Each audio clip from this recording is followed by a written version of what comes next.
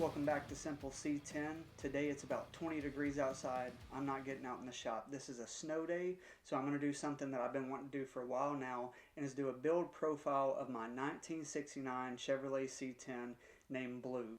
So a lot of people in the comments have asked for me to do a build profile of Bleu because it is mini notch truck. It is not a fully laid out truck. This is something that almost anybody in the world could do to their truck, and I'm going to break down step by step how I built Bleu, what you need to buy. All the things that you need to buy is going to be in the comments. There's going to be links to every single thing that I mentioned. So I'm going to make it easy for you.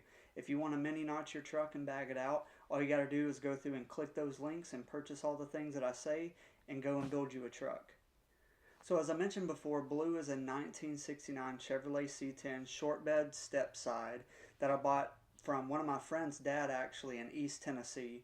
So I drove like 4.5 hours to go pick this truck up, but as soon as I saw it, I knew I had to have it. The previous owner of Bleu did an outstanding job building this truck. This was his pride and joy, and I'm surprised he let go of it. But as I was walking around the truck, I could just notice all the little details that he put into it. Overall, it was a great looking truck. I mean, look at the picture. How I bought it, a lot of people, that's like their dream truck.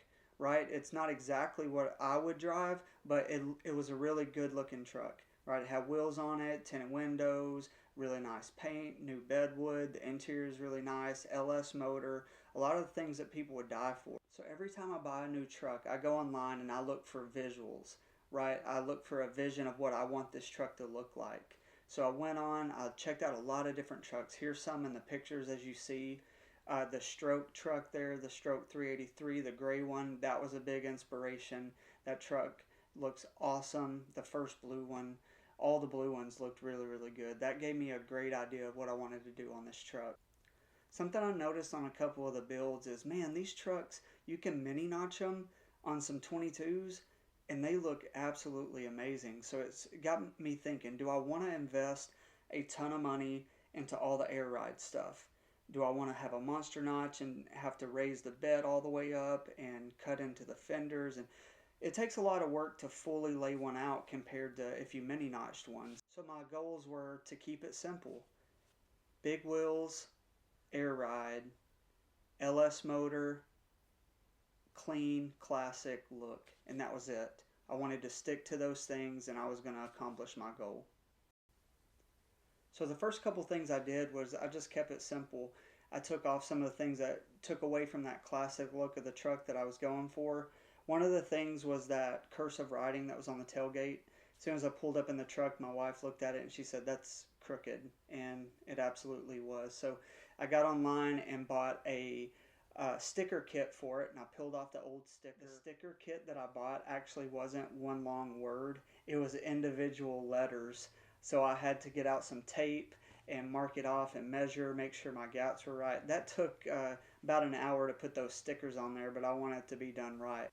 Next, I removed the dark tint. So I'm not a big fan of dark tint on a classic. Sometimes you can pull it off. You have a dark colored truck or a black truck, something like that. It looks really good. But I think on these classics, just clear windows, and that's the look that I was going for. I'm not going to knock anybody else's taste, but this is the look that I was going for. So I actually got a local company in town to remove the tint for me. I didn't want to mess with tint. They did a great job. They had it back to me in a couple hours. Cost me about $100, and it was totally worth it because they made it look great. But as you can see in the pictures again, that dark tint to no tint, it completely changed the look of the truck.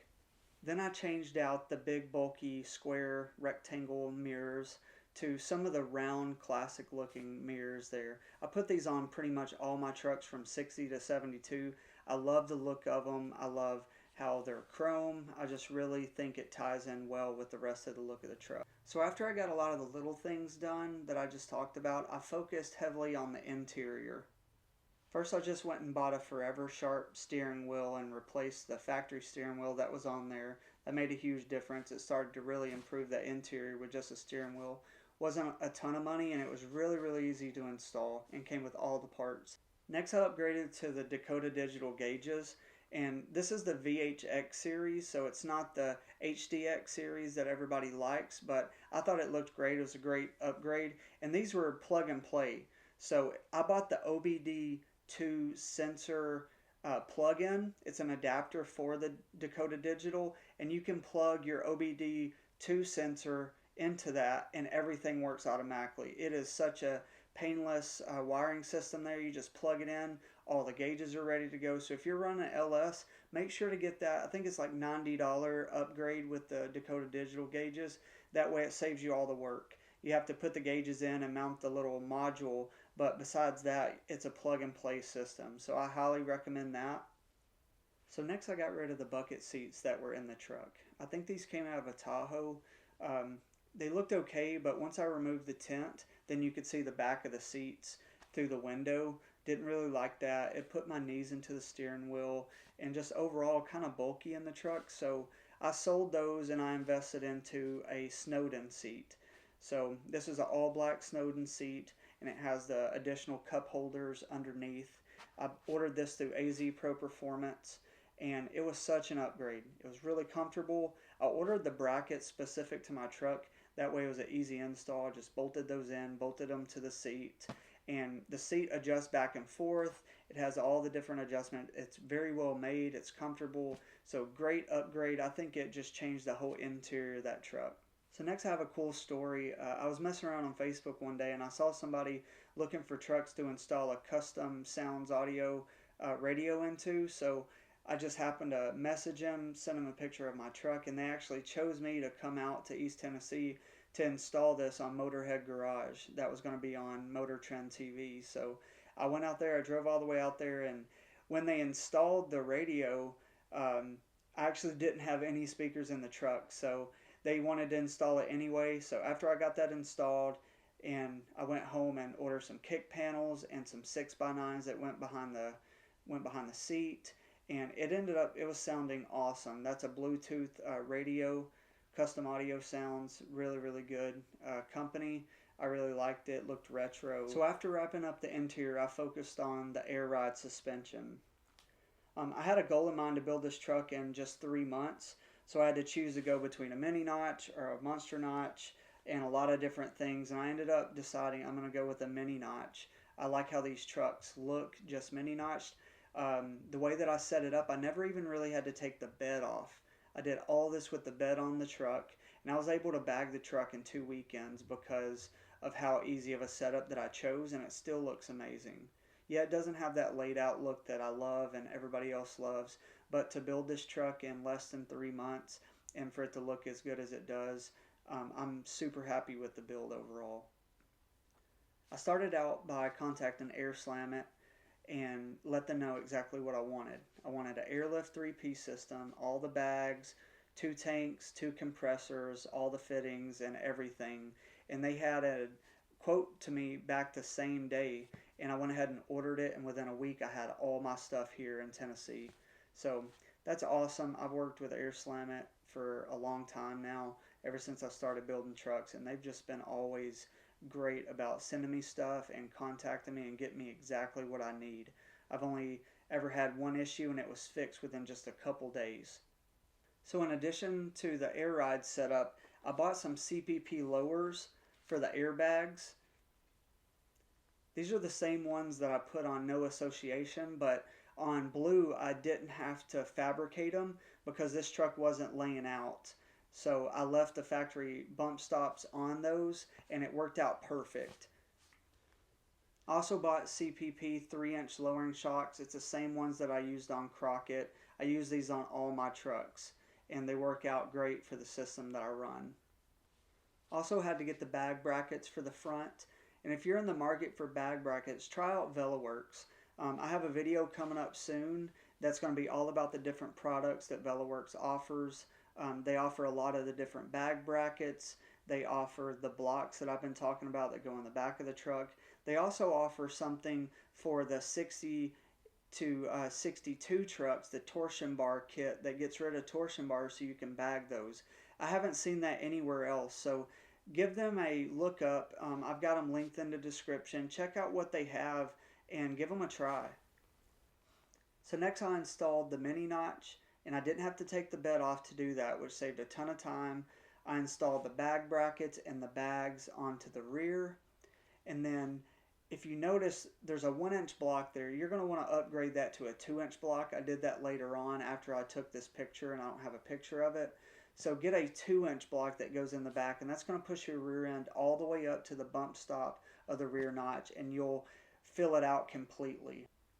Then I put on the Tintworks rear shock relocation kit, and I absolutely love this kit. You can bolt it on without, again, taking the bed off. You can bolt the relocation on the side of the frame, where most shock relocation, you have to get to the top of that bracket with the bed off to grind off the studs to mount the new shock relocator. On this setup, it goes to the bottom of the trailing arm, and then the shock goes to the side of the frame where you bolt it in. And it's a great setup. I've got the link in the description. I've got the link to the Monroe shock that's required. That's the perfect length for that, all in there. So if this is something you want to do, I like this rear shock relocator better than any other kit that I've seen so far. And if you go with their mini notch, they have a whole setup. You can go with the mini notch that has the Panhard bar bracket and then the shock relocators all together as a kit. So not pictured is the CPP bent adjustable Panhard bar. You have to install these on the trucks. If you left the factory one on there, it's going to push your rear end to one side or the next. So you can install this bent Panhard bar in your factory locations, but then on the bottom it's going to go on your trailing arm. It's going to slide over it, and then it's going to allow you to adjust it left or right.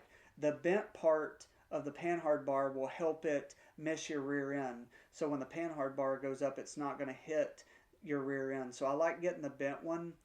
It's only about $150 for that, and it works great. So that wraps up the front and the back of the air ride setup, and now we got to go to the air management system. What's going to control all of this? So here's where I had to get creative, because normally you mount the tank and the compressor where my gas tank is right now. But since the gas tank is relocated to the rear of the truck, where else can I put it? Well, if it's a fleet side truck, you could get a saddle setup is what it's called. So it's on each side of the frame right behind the cab, and that works out great. That's actually what I did on Flash, and it looks really good and works well. But it's a step side, so you can't mount that stuff there either. So what I decided to do is go behind the seat in the cab, just for the tanks. So after deciding to put my tanks behind the seat, I had to figure out, how do I do that? So I thought I'll just mount those to a piece of wood, wrap it in some black vinyl, and then put the airlift 3-piece system there, and then somehow run the air lines from my compressors, wherever I mount those, to the tanks through the cab. So after I got the tanks and everything set up and behind the seat, then I started looking at, where do I need to mount my compressors and how do I do that? And one of the ideas I found online is these, through Air Slam It, they have these compressor brackets that mount to the side of the frame. So you just simply drill 2 holes, bolt it to the frame, and your compressors mount to that. The brackets that I got were from Air Slam It. You can buy them online. I've got a link in the description as well. But this worked out great. I can mount on the side of the frame. I used some of those noise isolators feet on the compressors on both sides, and I could barely hear the compressors even in the cab. There wasn't much vibration, so that worked out really well. So after I had the airlift 3P mounted, the compressors, the air tanks, everything set up, I needed to figure out, where am I going to put my airlift 3P controller. So I found from Switch Suspensions, you can get a flip down that hooks to your dash that is made for your controller. So this just installs on the controller. You drill a couple holes. Actually on Bleu I used double-sided sticky tape, and I just stuck it there, and it worked out great for me. You can flip it up and down when you need it or don't need it. It gives it good access right there beside your leg, and you can mount that anywhere you want. I really like it, the location that I have in the pictures. It's very functional, but also you can flip it out of the way at a show or wherever you're at. Hey, so that completes the whole air ride setup, from the bags to the brackets to the notch and the tanks and compressors and control arms and all that kind of stuff. So it was done. But I noticed whenever I lowered my truck down, I noticed my rear end would hit the bed wood just a little bit. I mean, it would just push it up just about an inch. So I noticed as it was pushing up an inch, there was a gap in between the rear end and the notch. So I knew the truck could go a little bit lower, and those that are bagged know every inch counts. So I wanted to get that extra inch. I wanted the fenders to tuck that 22 just a little bit more. But I didn't really want to go through all the trouble of trying to raise the bed floor and all that kind of stuff like I did my last truck.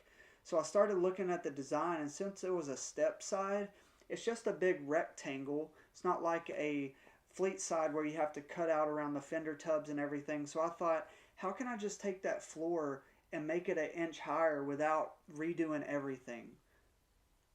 Then I started thinking, what if I just used 2x2 tubing and drilled the holes everywhere a carriage bolt was, and then just get a longer carriage bolt and bolt it in the exact same way you would a stock bed. So that's exactly what I did. I went to the metal store.